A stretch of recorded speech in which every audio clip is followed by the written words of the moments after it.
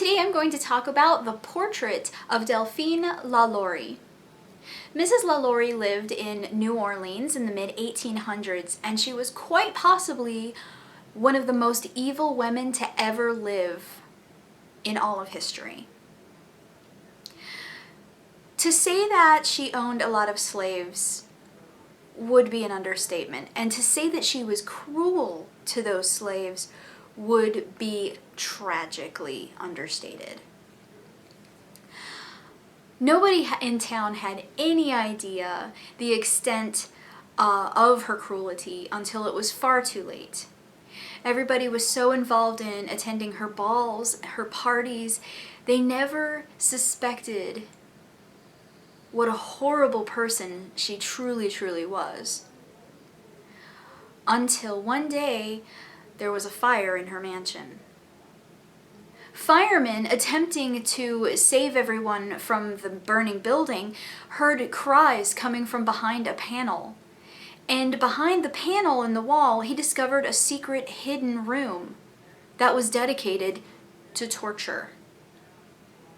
In this room, there were slaves chained to the wall and chained to tables. Investigations showed proof that these slaves had suffered severe, brutal beatings. They had suffered amputations, mutilations, and worse. Many slaves were recorded to have died due to the brutal torture given to them by Delphine LaLaurie. Delphine LaLaurie had absolutely no regret or remorse regarding this, and felt completely justified in her treatment of these human beings. After her death, she became a legend. It was said that her mansion, what was left of it, was haunted by her spirit, wanting still, even in her afterlife, to cause harm to her fellow man. People in that area of her home would feel feelings of dread, of doom, a sense of weighty evil pressing down on them. They would feel shortness of breath and an impulse to run away.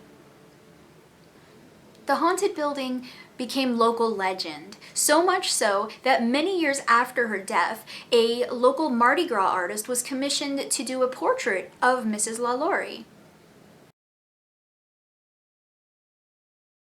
As soon as the portrait was hung in the home, it was as though the negative entity of Mrs. LaLaurie suddenly had a way to focus itself.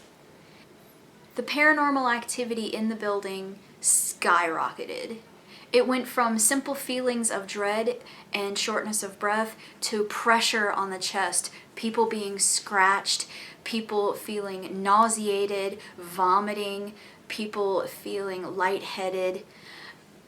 People would hear disembodied murmurings and racial slurs. People hear knocks and scratching inside the walls.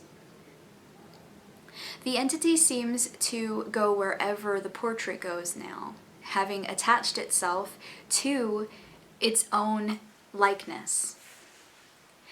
The spirit of Delphine LaLaurie is definitely one to be cautious about meeting. It is still available to be seen in New Orleans, but I do recommend caution. She's a nasty, nasty person to want to encounter on purpose. Thank you guys so much for watching this. If you have ever encountered a haunted painting, please tell me about it in the comments below. If you like this video, give me a thumbs up. And if you want to hear more paranormal stories, I post a new one every single Saturday, so you should subscribe. Thank you so much for watching. I will talk to you later. Bye!